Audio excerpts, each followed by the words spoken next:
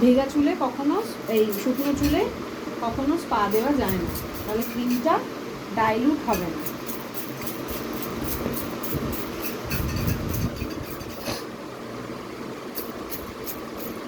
পরের দিন স্পাটা করতে হবে, সব আগে আগে আসতে হবে, নাহলে এই এত বেলায় মাথায় জল দিলে আমাকে আর দেখতে হ্যাঁ ওই হবে। জন্য বললাম প্র্যাকটিস হলে আগে আগে চলে আসতে হবে।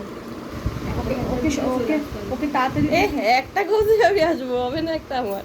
আমার মেয়ে 12টার সময় নাচ নিচেই আসে, তারপর আমাকে আসতে হবে। ম্যাক্সিমাম 2:30টার আগে হয় না। 2টোও হয়ে যেতে পারে, কিন্তু একটা।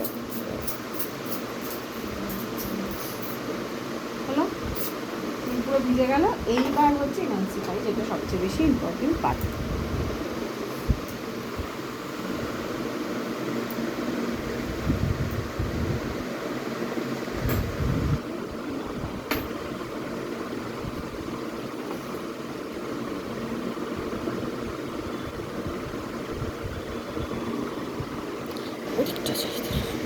হালকা হালকা পাটিং নেব।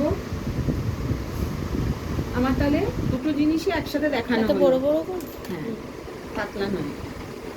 স্ক্যাল্প থেকে, স্ক্যাল্পে যেন ক্রিম না লাগে, খুব ইম্পর্টেন্ট এটা। ক্যালো ক্রিম লাগবে না, তাই তো? না না, লাগাবি না। চুল ফলের সমস্যা হবে কিন্তু, কারণ এমনিতেই কতটা দূর থেকে লাগিয়েছি দেখেছিস, হ্যাঁ। ওই জন্যই স্ক্যাল্পে তোর অয়েল দিলাম। ঠিক আছে, এতটা জোরে টানতে হবে? এটা জোরে টানা হচ্ছে না, এটা ওইভাবেই আমাকে প্র্যাকটিস করতে হবে যাতে ক্লায়েন্টের চুলে না লাগে। মানে একদম হালকাভাবে, এই দুটো আঙুল, নট এইটা, এই দুটো, এই এরকমভাবে টানছো, এই বুড়ো থাম্বিটা প্রেশার এই, আসছে। এই যখনই আমরা এইটা ধরে টানবো প্রেশার হবে, যখনই এখানে চলে আসবো দুটো গ্যাপিংয়ে বেরিয়ে আসবে, আমার মনে প্রেশার হচ্ছে পড়বে ম্যামের না। এই ধারটাই প্রেশার পড়ছে ম্যামের।